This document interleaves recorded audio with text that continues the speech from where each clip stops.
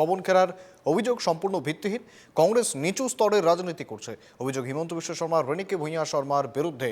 এই কর্মকাণ্ডে কংগ্রেসের আসল চরিত্র উঠে এসেছে বলে দাবি মুখ্যমন্ত্রীর। নির্বাচনে প্রভাব ফেলার চেষ্টা করছে কংগ্রেস। বাজপেয়ী ভবনে সাংবাদিক সম্মেলন তো হিমন্ত বিশ্ব শর্মার। যোৱাকালি কংগ্ৰেছ দল যিমান নিম্ন পৰ্যায়লৈকে নামিব পাৰে সিমান নিম্ন পৰ্যায়লৈকে নামি গৈ কংগ্ৰেছ দলে নিজৰ চৰিত্ৰ অসমৰ ৰাইজৰ আগত পুনৰ এবাৰ প্ৰকাশ কৰিলে। তৰুণ গগৈৰ সন্তান ইমান তললৈকে যে নামিব পাৰে তাক আমি কল্পনাও কৰিব পৰা নাছিলোঁ।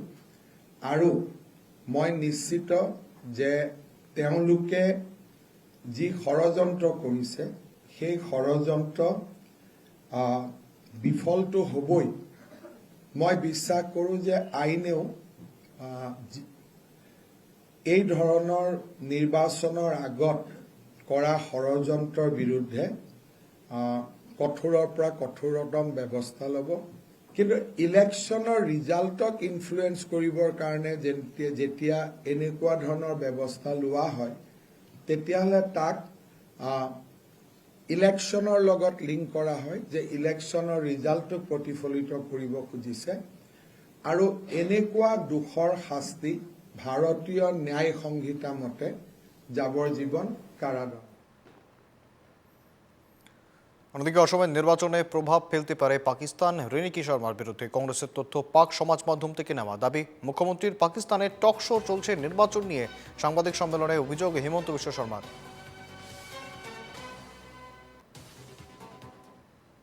কিন্তু গোটেই দিশটোত চিন্তনীয় বিষয় এটা হৈছে পাকিস্তানী এংগল।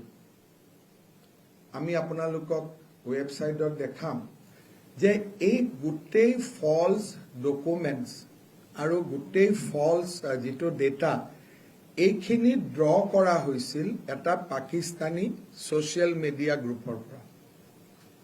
তাৰমানে পাকিস্তানত নিৰন্তৰ যোৱা কেইটামান দিনত অসমৰ ইলেকশ্যনৰ ওপৰত টক শ্ব' চলি আছে। আৰু গোটেই যিখিনি ডেটা কালি তেওঁলোকে ফলছ এণ্ড ফেব্ৰিকেটেড কৰিছে এই গোটেইখিনি ডেটা এটা পাকিস্তানী ছ'চিয়েল মিডিয়া গ্ৰুপৰ পৰা লোৱা হৈছে। তাৰমানে আমাৰ যিটো এলিগেশ্যন আছিল যে অসমৰ ৰিজাল্টক ইনফ্লুৱেঞ্চ কৰিবৰ কাৰণে পাকিস্তান এক্টিভ হৈ আছে, এই গোটেই ডেটাসমূহে বা আমি কৰা ৰিচাৰ্চে তাক আকৌ এবাৰ প্ৰমাণ কৰিছে। মই যোৱাকালি এই ঘটনাটোৰ ওপৰত মই মোৰ ক্লাৰিফিকেশ্যন দিছিলোঁ। আজি আপোনালোকক মাতাৰ প্ৰয়োজন নাছিল, কিন্তু ৰাতি we have discovered a Pakistani angle to it.